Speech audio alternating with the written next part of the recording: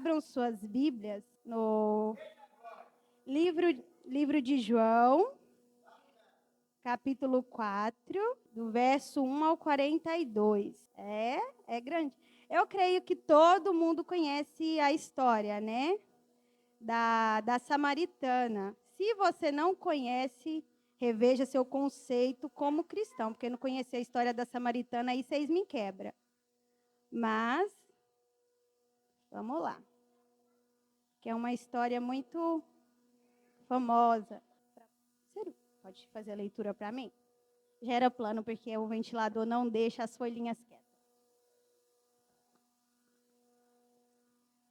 E quando o Senhor veio a saber que os fariseus tinham ouvido que Jesus fazia e batizava mais discípulos do que João, ainda que Jesus mesmo não batizava, mas os seus discípulos, deixou a Judéia e foi outra vez para a Galiléia. E era-lhe necessário passar por Samaria. Foi, pois, a uma cidade de Samaria chamada Sicar, junto da herdade de Jacó, que Jacó tinha dado ao seu filho José. E estava ali a fonte de Jacó. Jesus, pois, cansado do caminho, assentou-se assim junto da fonte. Era isso quase a hora sexta. Veio uma mulher de Samaria tirar água. Disse-lhe Jesus: Dá-me de beber, porque os seus discípulos tinham ido à cidade comprar comida. Disse-lhe, pois, a mulher samaritana: Como, sendo tu judeu, me pedes de beber a mim, que sou mulher samaritana? Porque os judeus não se comunicam com os samaritanos. Jesus respondeu e disse-lhe: Se tu conheceras o dom de Deus e quem é o que te diz, dá-me de beber, tu lhe pedirias e ele te daria a água viva. Disse-lhe a mulher: Senhor, tu não tens com que atirar e o poço é fundo. Onde, pois, tens a água viva? És tu maior do que Jacó, nosso pai, que nos deu o poço, bebendo ele próprio dele e seus filhos e o seu gado? Jesus respondeu e disse-lhe: Qualquer que beber dessa água tornará a ter sede, mas aquele que beber da água que eu lhe der nunca terá sede, porque a água que eu lhe der se fará nele uma fonte de água a jorrar para a vida eterna. Disse-lhe a mulher: Senhor, dá-me dessa água, para que não mais tenha sede e não venha aqui tirá-la. Disse-lhe Jesus: Vai, chama o teu marido e vem cá. A mulher respondeu e disse: Não tenho marido. Disse-lhe Jesus: Disseste bem, não tenho marido, porque tiveste 5 maridos, e o que agora tens não é teu marido. Isso dissestes com verdade. Disse-lhe a mulher: Senhor, vejo que és profeta. Nossos pais adoraram neste monte, e vós dizeis que é em Jerusalém o lugar onde se deve adorar. Disse-lhe Jesus: Mulher, crê-me que a hora vem em que nem neste monte, nem em Jerusalém adorareis o Pai. Vós adorais o que não sabeis. Nós adoramos o que sabemos, porque a salvação vem dos judeus. Mas a hora vem, e a hora é, em que os verdadeiros adoradores adorarão o Pai em espírito e em verdade, porque o Pai procura a tais que assim adorem. Deus é espírito, e importa que os que o adoram o adorem em espírito e em verdade. A mulher disse-lhe: Eu sei que o Messias, que se chama Cristo, vem. Quando ele vier, nos anunciará tudo. Jesus disse-lhe: Eu o sou, eu que falo contigo. E nisso vieram os seus discípulos e maravilharam-se de que estivesse falando com uma mulher. Todavia, nenhum lhe disse: Que pergunta? Ou por que falas com ela? Deixou, pois, a mulher o seu cântaro e foi à cidade e disse àqueles homens: Vinde e vede um homem que me disse tudo quanto eu tenho feito. Porventura não é este o Cristo? Saíram, pois, da cidade e foram ter com ela. E, entretanto, os seus discípulos lhe rogaram, dizendo: Rabi, come. Porém ele lhes disse: Uma comida tenho para comer que vós não conheceis. Então os discípulos diziam uns aos outros: Trouxe-lhe porventura alguém de comer? Jesus lhes disse: A minha comida é fazer a vontade daquele que me enviou e realizar a sua obra. Não dizeis vós que ainda há 4 meses até que venha a ceifa? Eis que eu vos digo: levantai os vossos olhos e vede as terras, que já estão brancas para a ceifa. e o que ceifa recebe galardão e junta fruto para a vida eterna, para que assim o que semeia com o que ceifa, ambos se regozijem. Porque nisso é verdadeiro ditado: um é o que semeia e outro o que ceifa. E eu vos enviei a ceifar, onde vós não trabalhastes, outros trabalharam, e vós entrastes no seu trabalho. E muitos dos samaritanos daquela cidade creram nele, pela palavra da mulher que testificou. Disse-me tudo quanto tenho feito. Indo, pois, ter com ele, os samaritanos rogaram-lhe que ficasse com eles, e ficou ali 2 dias. E muitos mais creram nele por causa da sua palavra. E diziam à mulher: já não é pelo que dissestes que nós cremos, porque nós mesmos os temos ouvido e sabemos que este é verdadeiramente o Cristo, o Salvador do mundo. Quando já tem um tempinho que Deus me deu essa palavra, e o tema que ele colocou no meu coração é a fonte errada. Nessa passagem, Jesus e seus discípulos estão na Judéia batizando as pessoas, né? A Bíblia deixa bem claro que Jesus não batizava, quem fazia isso eram os seus discípulos, e eles estão batizando e deixam, né? Resolvem deixar aquele lugar, a Judéia, e ir para a Galiléia por conta dos fariseus. E Jesus decide passar por Samaria. E todos sabem, né, como já é dito, que judeus e samaritanos, eles não se bicavam, vamos dizer assim, né? Eles não se davam. E eles tinham, né, os judeus, por esse fato, por essa rixa, eles preferiam fazer um caminho mais longo para não passar por Samaria, né? Eles tinham 3 rotas, mas eles escolhiam a rota um pouco mais longe. Eles tinham a rota que é curta, que por Samaria dava 120 quilômetros, uma rota que era a rota em que eles faziam, que era a comum, né, do Rio Jordão, que dava em torno de 150 quilômetros, e uma terceira rota, que era a rota costeira, a rota mais longa, que dava em torno de 170 a 180 quilômetros. Por que que os judeus achavam os samaritanos impuros, né? Um primeiro ponto era a divisão do reino. Após a morte do rei Salomão, né, o reino se dividiu, o reino de Israel se dividiu e ficou o reino norte, Israel, cuja capital foi Samaria, e o reino sul, Judá, cuja Jerusalém ficou a capital. E essas divisões causaram essas tensões. Outro ponto foi a conquista da Assíria. A Assíria, ela trouxe divisões dos povos. Os assírios conquistaram o reino norte, e que é Samaria, e com essa conquista eles deportavam israelitas e trouxeram pessoas de lá. E esses povos se misturaram e tiveram, né, as pessoas mestiças. E isso para os judeus, no ponto deles, essa mistura racial e religiosa os tornavam impuros. Outro ponto era a religião diferente, né? Os samaritanos adoravam somente o Pentateuco, que são os primeiros livros da Bíblia, e eles construíram seu próprio templo. Isso para os judeus também era uma forma de heresia. E um quarto ponto que também trouxe essa tensão foi a reconstrução do templo de Jerusalém. Durante a reconstrução, os samaritanos tentaram atrapalhar. Está lá no livro de Esdras, capítulo 4, do verso 1 ao 5.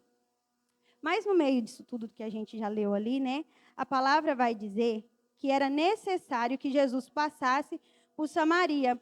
Jesus tinha mais 2 opções de caminho, como eu disse, mas era necessário fazer a rota de Samaria. Ele tinha um propósito espiritual, ele tinha um encontro marcado. E isso não é, esse encontro, né, essa rota, não é sobre geografia. Era um encontro marcado, porque quando Deus ele marca um encontro com nós, ele não desvia o caminho. A gente pode até tentar desviar o caminho, mas Deus não desvia o caminho dele.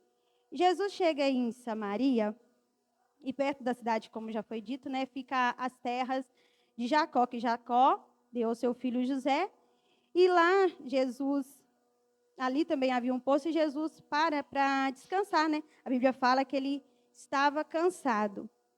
E enquanto ele estava ali, vem a mulher samaritana. E é uma, como eu disse, é uma história muito interessante, de muitos aprendizados, e que faz a gente imaginar muito, né? Porque, para mim, lendo essa história, essa passagem, ela tinha um plano perfeito na cabeça dela, creio eu, né? Lendo, eu vejo que era só um plano meio que sabor perfeito. Por que eu falo isso? Ela bolou toda uma estratégia, né? Eu vou no horário do meio-dia, a hora que o sol está escaldante, eu vou sofrer mais, vou, né? Vai ser pior, mas ninguém vai me encher o saco, vamos dizer assim. Ela vai evitar a fadiga de encontrar com outras pessoas. E seguindo essa linha, eu fico imaginando ela com esse plano perfeito, toda linda, né? Bela, vindo com seu cântaro ali no bracinho. Geralmente, quando a gente está andando sozinho, ou a gente está falando, ou a gente está cantando, ou está orando. No caso dela, eu tenho certeza que não era orando. E eu imagino ela vendo linda e bela, e ela olha assim, né? Já vê alguém. Ela fala, eu já vejo o brilho dela assim, sumindo. Aí ela fala, não. Eu já tinha bolado toda uma estratégia, ela vê alguém.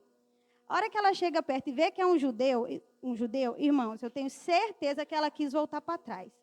Ela deve ter falado assim, eu vou dar meia volta e vou vazar. Mas sabe por que isso não aconteceu?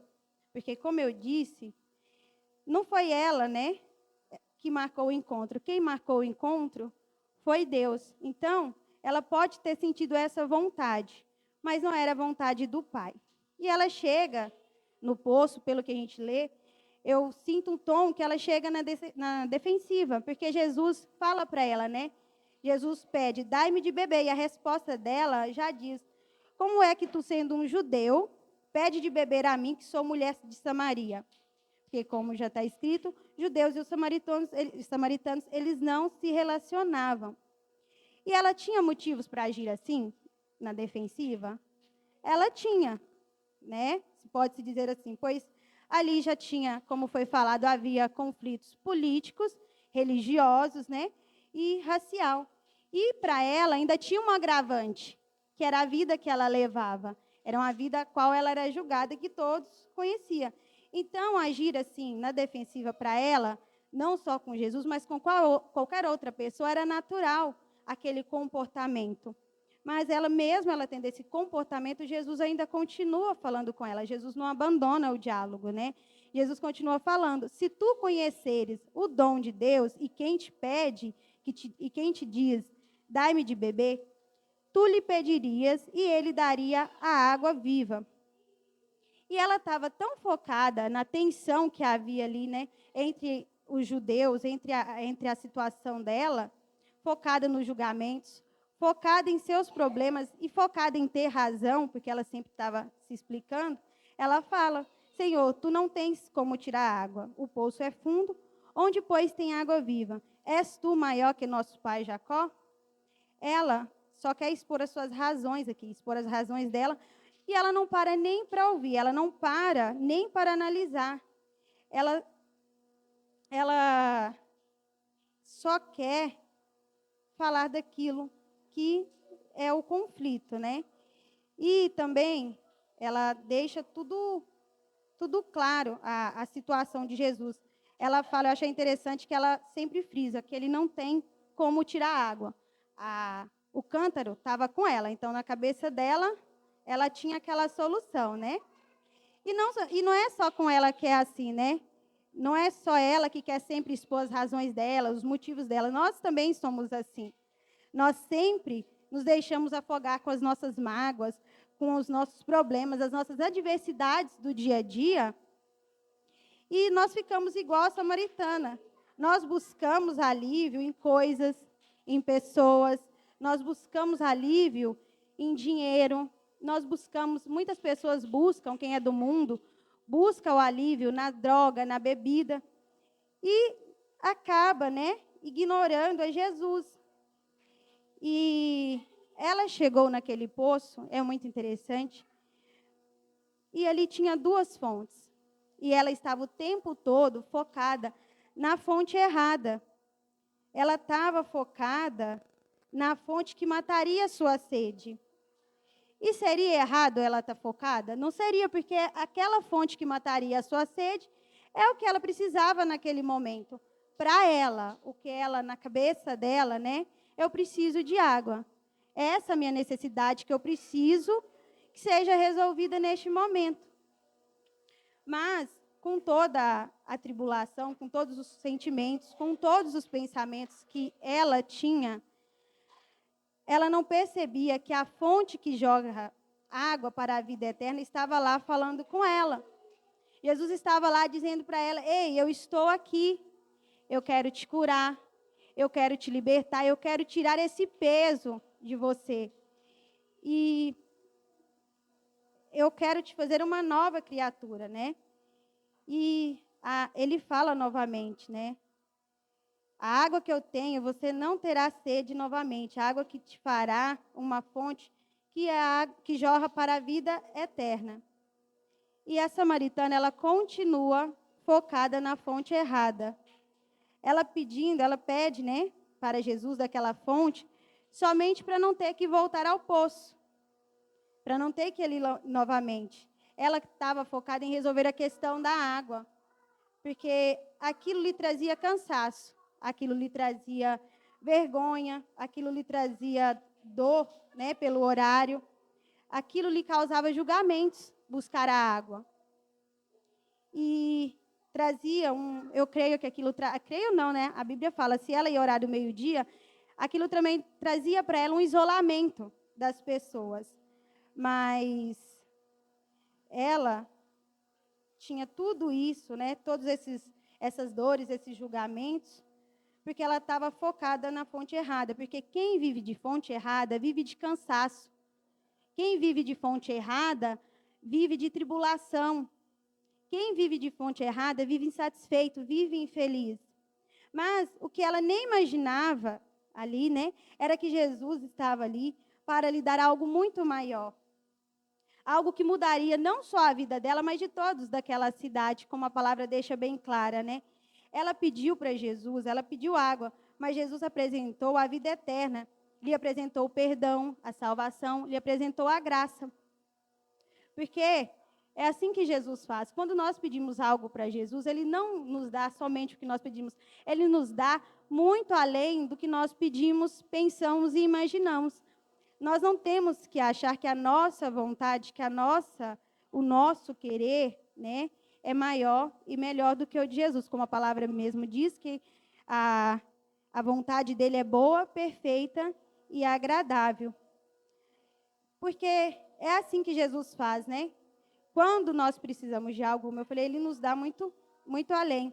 E se ele não nos der o que nós pedimos, talvez é porque nós estamos focados na fonte errada e não é o que nós precisamos. Porque às vezes a gente pensa que aquilo que a gente quer é o que a gente precisa. Tem uma diferença entre querer e precisar, né? Querer é o que eu quero. Precisar é porque é algo necessário. Como Jesus disse, era necessário passar por Samaria. Então, quando a gente quer, não quer dizer que nós precisamos só por querer. E naquele momento, irmãos, Jesus era a fonte de água viva, pois é o que a samaritana precisava. Ela precisava da fonte. Mas eu pergunto para vocês precisam de quê? Porque a palavra diz que se você precisa de direção, ele é o caminho. Se você está em trevas, Jesus é a luz do mundo. Se você está numa batalha, ele é o Senhor dos exércitos. Se você se sente sozinho, ele é o Deus presente. Se você precisa de defesa, ele é o advogado fiel. Se você precisa de provisão, ele é o Jeová Jirê. Se você precisa de paz, ele é o Jeová Shalom. Se você precisa de cura, ele é o Jeová Rafá. E assim por diante. A Bíblia fala que ele é eterno, onisciente, onipresente, onipotente, salvador, criador, redentor, justo, misericordioso, escudo, rochedo. Mas a Bíblia também fala que ele é pão da vida e água viva. Daria para falar de muitos outros atributos, né? Pois ele tem vários. Mas Jesus não só é alguém que tem as respostas, ele é a própria resposta. Jesus não é alguém que ele apenas dá, mas ele é tudo que nós precisamos. E a partir do momento que a gente entende que Jesus é o que a gente precisa, a gente vai parar de focar na fonte errada. E um ponto que me chamou a atenção é que para nós sobrevivermos aqui na Terra, nós precisamos de comida, né? Pão e água. E para nós vivermos o céu, vivermos a eternidade, nós precisamos do pão da vida e da água viva, que é Jesus. Sem água você não vive na terra, e sem Jesus nós não iremos viver o céu, nós não iremos viver a eternidade com Ele.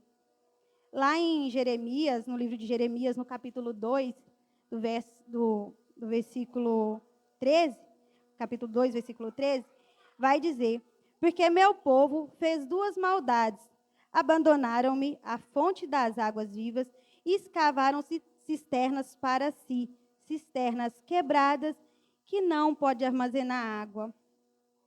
O povo abandonou, né, o povo da época de Jeremias, eles abandonaram a fonte para viver de improviso. Mas aquela mulher samaritana, ela fez ao contrário naquele momento. Ela largou o improviso para viver da fonte. Sabe por quê? Porque quem tem fonte não precisa de cântaro. Quem tem fonte não precisa ficar carregando o cântaro. Então, eu te digo que hoje não seja alguém que vive carregando o cântaro. Seja alguém que seja fonte. Tenha a fonte, viva a fonte, encha-se da fonte, porque a partir do momento que nós nos enchermos da fonte, nós não iremos carregar cântaro, nós não iremos carregar peso, nós não iremos carregar o cansaço. Como eu disse, Jesus é tudo aquilo que a gente precisa, Ele nos ajuda a carregar todo o fardo que nós precisamos. E quando Deus nos chama para ser fonte, Ele não quer que nós vivamos, né, dividindo com o cântaro. A gente tem que ser fonte, a gente não tem que ser meio a meio. Ou é ele ou não é.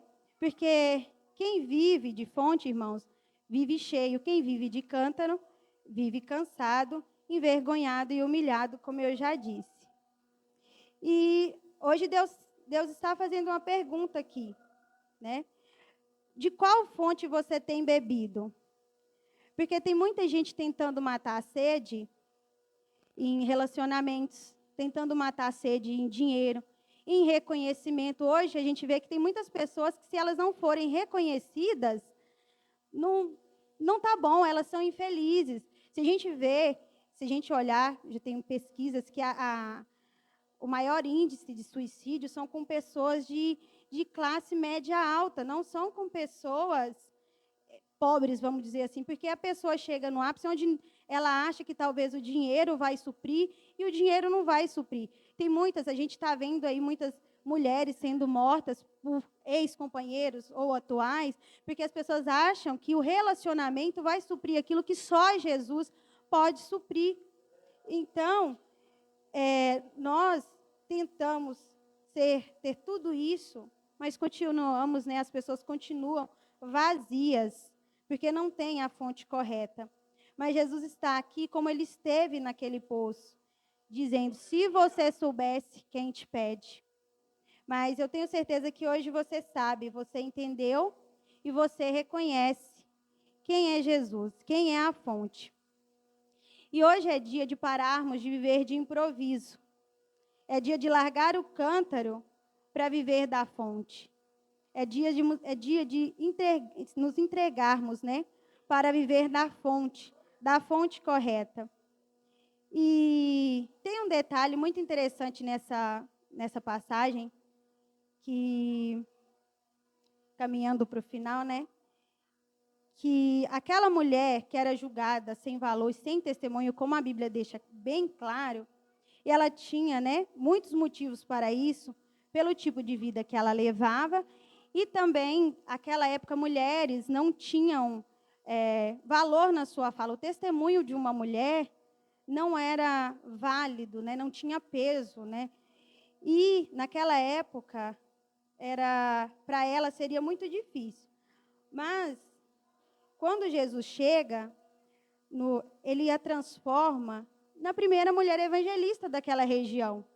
Porque depois que ela encontra Jesus, ela larga o cântaro que era tão precioso, o cântaro que no início ela dizia, né? Você não tem como tirar água. Eu tenho, né? Eu tenho o cântaro está comigo. O que ela faz? Larga o cântaro, perna para quem tem, e vai para onde? Ela vai para a cidade, ela deixa tudo, ela corre para a cidade. E ela anuncia Jesus, fala de tudo que ele fez, revela quem ele é e declara que ele é o Cristo. E sabe o que é mais forte? Deus deu voz àquela mulher. Aqueles homens acreditaram no testemunho dela e foram até Jesus. E muitos daquela cidade creram que ele era o Messias, por causa de um testemunho de uma mulher que antes não tinha valor. E mais um detalhe que eu vi nessa passagem, né? Que Deus honrou ela exatamente no lugar onde ela foi mais desonrada. Assim também, eu creio no nome de Jesus, que será com cada um aqui.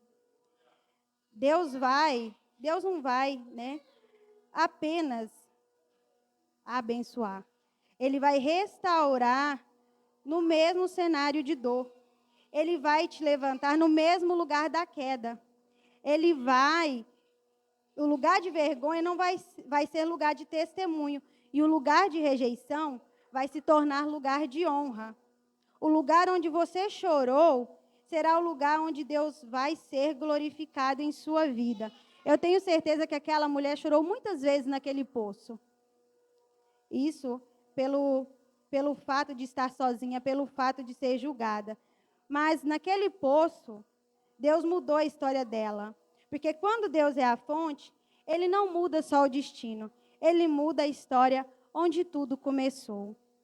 E eu venho convidar, né, todos aqui, que nós venhamos nos encher da fonte correta, da fonte que é Jesus. E gostaria, né, que todo mundo desse uma lida com mais calma nessa história, porque é uma história que nos traz muitos ensinamentos, ela nos traz reflexão, e que nós venhamos nos encher do que Deus quer para nós, enchermos da fonte correta, não nos distrairmos com o que não é de Cristo, com a fonte, no caso, com o cântaro, né? Vamos estar cheios da fonte que é Jesus, amém?